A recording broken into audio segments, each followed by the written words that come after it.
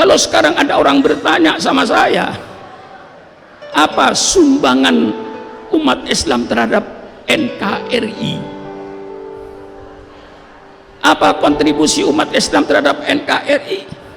Saya akan jawab dengan fakta.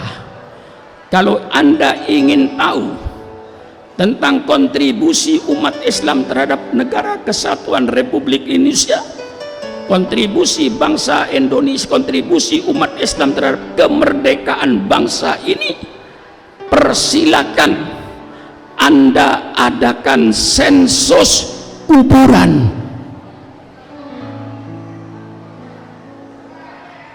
Maksud saya, Bu, bukan kuburan umum. Maksud saya sensus Taman Pahlawan itu. Setiap kota kabupaten mesti ada Taman Pahlawan. Kabupaten manapun saja, kecuali kabupaten yang pemekaran, mesti ada Taman Pahlawan. Bogor Taman Pahlawan, Sukabumi Taman Pahlawan, Cianjur Taman Pahlawan, Garut Taman Pahlawan, Tasikmalaya sampai Jawa Timur, seluruh kota kabupaten ada Taman Pahlawan. Tolong pemerintah, kalau pemerintah ingin tahu tentang kontribusi umat Islam dengan terwujudnya Negara Kesatuan Republik Indonesia ini, tolong pemerintah adakan sensus kuburan.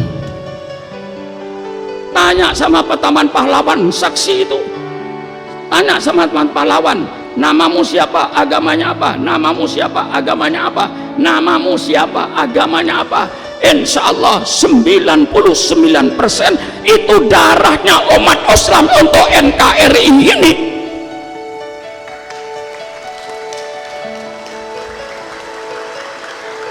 Siapa yang mau bantah? Siapa yang mau bantah? Kuburan masih ada, asal jangan digusur pahlawan itu. Kuburan masih ada. Sampai terwujudnya NKRI ini karena toleransi para ulama. Kalau tidak ada NKRI ini. Saya buktikan sejarah. Ya, bangsa begini kan tidak tahu ini sejarah ini. Yang muda-muda ini, Bapak mungkin juga nggak tahu. Setelah Bung Karno membentuk 60 panitia persiapan kemerdekaan untuk mencari formatnya Indonesia ini kayak apa, gagal. Akhirnya Bung Karno membentuk panitia kecil terdiri dari 9 orang. Bung Karno, Bung Hatta, Mr. Maramis dari Kristen, lalu Abi Kusno, lalu Kahar Mudakir, Muhammad Yamin, termasuk Pak Wahid Hasim. Ini 9 orang ini berdebat. Akhirnya terjadi kesepakatan yang ditandatangani oleh 9 orang termasuk Kristen, tanda tangan H.A. Maramis. Apa keputusannya? Indonesia berdasarkan ketuhanan dengan kewajiban menjalankan syariat Islam bagi pemeluknya, bukan bagi orang lain, bagi pemeluknya. Karena redaksinya seperti itu. Negara Republik Indonesia berdasarkan ketuhanan dengan kewajiban menjalankan syariat Islam bagi pemeluknya, tidak kepada semua bangsa Indonesia, bagi pemeluk Islam. Seluruh tanda tangan, nasionalis tanda tangan, dari Kristen tanda tangan, dari Islam tanda tangan, sepakat. Karena sudah terbentuk formatnya negara, Bung Karno didesak untuk memproklamasikan kemerdekaan pada tanggal 17 Agustus 45. Dengan proklamasi kami bangsa Indonesia, dengan ini menyatakan kemerdekaan Indonesia. Hal-hal yang mengenai pemindahan kekuasaan dan lain-lain akan dilaksanakan dengan cara saksama dan dalam tempo yang sesingkat-singkatnya atas nama bangsa Indonesia Soekarno-Hatta. Barangkali nggak hafal proklamasi. Apa? Ini dedengkotnya hafal ini. Proklamasi ini tanggal jam 3 sore datanglah utusan dari Angkatan Laut Jepang kepada Bung Hatta yang menyatakan kalau 7 kata ini tidak dicabut, kami Indonesia Timur tidak ikut. Subhanallah, subhanallah.